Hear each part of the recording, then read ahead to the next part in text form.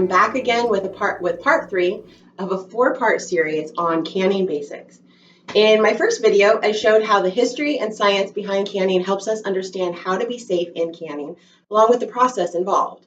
In the second video, I showed you the basics of water bath canning, which is one of the most accessible ways to get into canning. Today, let's take a tour of your pressure canner and learn how it's safe and fun to put some low-acid foods in your pantry.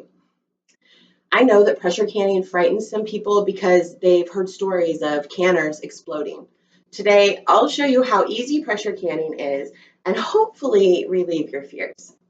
First, though, let me introduce myself. I'm Chrissy Bernard, the owner of Moon and Hair Collective and Urban Farm here in Oregon. I'm an urban agriculture and homesteading educator, a curriculum developer, and a community herbalist. I grew up on a vegetable farm where I learned how to can and preserve food and how to eat seasonally, along with sewing and other DIY skills. I ran away from the farming lifestyle as soon as I could, but after several years, I felt the pull back to growing food and traditional homemaking. I now use permaculture and regenerative growing methods on my urban homestead here in Oregon, where I teach about urban agriculture and food preservation, and cooking on a budget, seasonal living, and other homesteading skills as a medium to introduce people to food systems and sustainability issues. I always love to know the science and history behind the techniques that we use to preserve food so that I can understand the safety and the reliability of the process. Then I also know which rules are okay to bend or even to break. Make sure you subscribe to my newsletter at the link in the description below so you'll get notified when I put out more videos with valuable homesteading and homemaking content. Okay, let's dig in and get started. There are lots of great reasons to pressure can foods. Most of them are pretty much the same as water bath canning, so I went over them in my previous video. But here are just a few that I just want to make sure we cover again. So first, there's the financial benefits. Pressure canning allows you to purchase bulk amounts of seasonal produce at lower prices, which should reduce your overall food costs, which is really important in this economy. Then there's the time-saving benefits. By preparing large batches of meals in advance, pressure canning saves time on daily cooking. This is especially true with pressure canning because you can can soups and meat and just pull them off the shelf and fix up a meal in a couple of minutes. Also, knowing ingredients in the food is a huge reason that I can. When you preserve your own food, you know exactly what's in it. This is great for dietary preferences and allergies. And lastly, it's super empowering to know that you put aside food for your family to eat through the whole year. So let's talk about what happens in the pressure canner. Microorganisms such as bacteria, yeast, and molds naturally occur on food surfaces because of contact with soil, water, air, and even your hands. While many of these are harmless, some of them cause spoilage or illness if not properly taken care of during food preservation. In canning, it's important to deactivate and kill these microorganisms to ensure the safety and longevity of the preserved food. So, pressure canning kills and deactivates these microorganisms by bringing the food to high temperatures of 240 to 250 degrees Fahrenheit, which can only be reached by increasing the pressure. Botulism is the most dangerous microorganism that we're usually most concerned with. Botulism toxin, which is caused by Clostridium botulinum bacteria, is a dangerous form of foodborne illness that thrives in low-acid, oxygen-free environments, just like inside a sealed jar. Botulism has two states, the bacteria and the spores. The bacteria is pretty easy to kill, but the spores require a much higher temperature to be deactivated.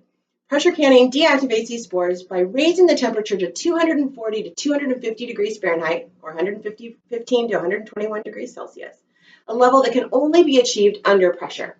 This high heat plus a processing time based on the density of the food is super important to make sure that both the bacteria and its spores are completely deactivated, preventing botulism from developing in the canned foods.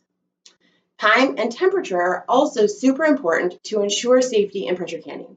Different foods require specific processing times and temperatures to ensure that heat gets all the way to the center of the jar, killing the harmful microorganisms and preventing spoilage. The denser the food, the longer it needs to be processed at the correct temperature to ensure that all bacteria and spores are effectively destroyed. So what sort of foods should be pressure canned? Pressure canning is mainly for preserving low acid foods, which include most vegetables, meat, poultry, seafood, and beans. These foods don't have the natural acidity needed to prevent bacterial growth, so they must be processed at the higher temperatures to ensure safety. Pressure canning raises the temperature above the boiling point, effectively killing harmful bacteria and ensuring long-term preservation. Pressure canning is great for vegetables like green beans, carrots, corn, and potatoes. Also meats, beef, pork, chicken, turkey, seafood, fish, shellfish, stocks and broths, soups, although without dairy or pasta, dry beans and legumes, stews and chili, and low-acid sauces. So, are there any foods that cannot be pressure canned? Yes. Dense foods like pumpkin puree or mashed potatoes cannot be canned because they are so dense that they cannot be heated to the right temperature all the way to the center of the jar. These foods should be cubed and canned, and then you can mash them when you want to use them. Also, milk and cream-based foods are not recommended to be canned because there's not enough research done yet. As a side note, yes, there are creams and milks and even pumpkin puree that are commercially canned. Remember back in my first video when I said canning was invented as a commercial process before it was available to home canners? Well, commercial companies have more access to processes and equipment that we don't have access to in the home. They are able to reach even higher temperatures than we are able to. And although you can can high acid fruits, some that are high in acid just can't handle the higher temperatures of the pressure canner and may become unappealing colors or turn to mush. Now, there have been water bath recipes for low acid foods since the beginning of canning. And while some people have done this successfully, others have gotten really sick. Low acid canned foods actually provide an excellent medium for botulism spores to grow. So let's take green beans, for example. You can water bath canned green beans, but it takes hours and hours and hours, during which time you have to keep the water more than 2 inches above the jars and boiling. At some point, the water will evaporate and you'll need to add more. There's no way to add more water without the temperature lowering and the boiling stopping. So then you have to stop the timer and wait to start it again until the water comes back to a rolling boil.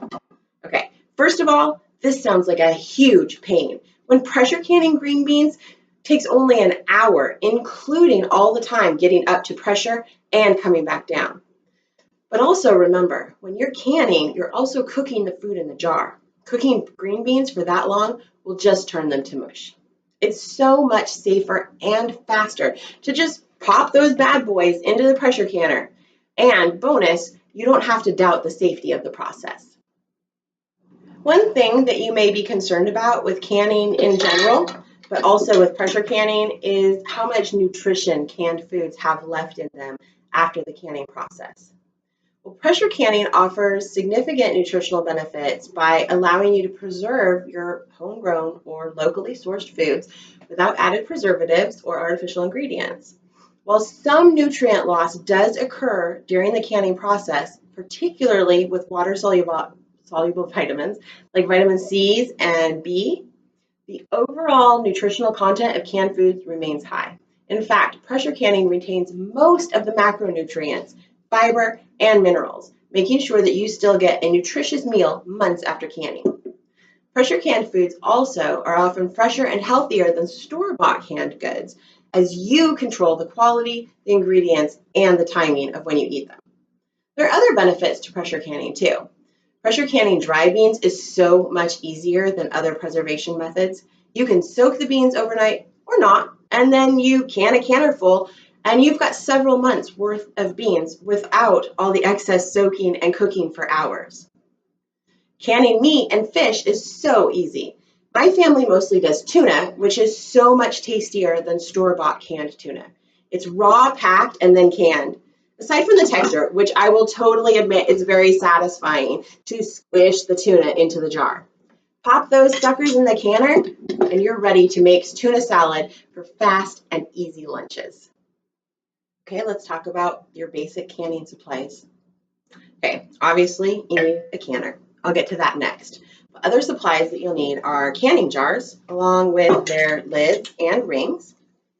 A jar lifter makes things a whole lot easier. I actually have two so that I can carry jars in both hands. A wide mouth funnel is good for making sure food fits in the jar. A reliable timer is important for all canning. Some other tools that might come in handy are a small spatula or knife for removing air bubbles, and a headspace measuring tool, which you can use until you can eyeball headspace. There are two different types of canners available. You can learn about them and decide which will make you more comfortable learning how to use. I think that the dial gauge canner is much more common these days, but you can find canners of all types at estate sales and thrift stores all the time these days. Okay, so the first and older type, which I do not have, is the weighted gauge canner. A weighted gauge canner uses a weighted mechanism, also called a jiggler, which is a lot like this, to regulate the pressure inside the canner, ensuring that it reaches the proper pressure to safely preserve food. The weight rocks or jiggles when it gets to the correct pressure. This type of canner typically has 3 settings, 5, 10, and 15 pounds of pressure, to accommodate different altitudes and different food types. Okay, then there's the dial gauge canner. I think this is the more common type of canner that you'll see out there in the wild. A dial gauge pressure canner uses a dial to measure and display the internal pressure during the canning process, allowing for more accurate monitoring compared to a weighted gauge canner. The dial gauge may require regular calibration to ensure accuracy. During the pressure canning process, steam is trapped inside the canner, raising the internal temperature above boiling, which kills the bacteria, including botulism spores.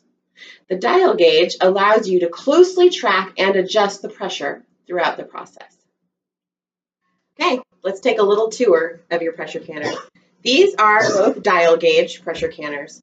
This one is taller than this one, and it can actually have 2 layers of pints stacked for a total of 16 wide mouth pints at one time.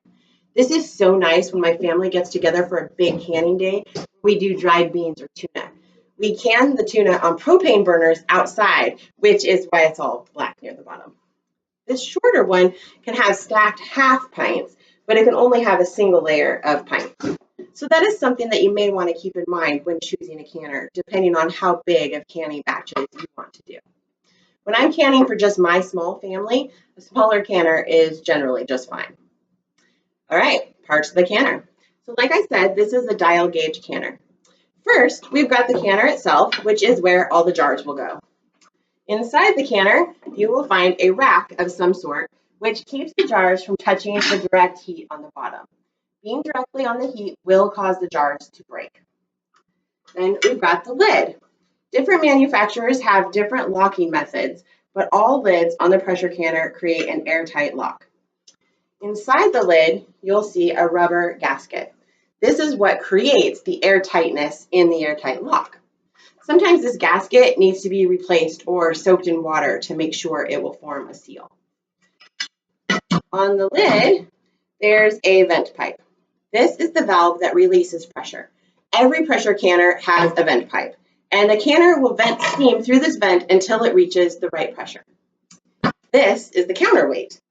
Once the canner has no more oxygen left in it, the counterweight is put on the vent pipe and prevents more steam from escaping. On weighted gauge canners, there is a jiggler instead, which rocks in a certain pattern once it reaches the correct pressure. Right, then we have the overpressure plug. This is a little rubber plug that will vent excess pressure from the canner. This is the dial gauge. Once the canner starts building pressure, this is where you can keep an eye on it.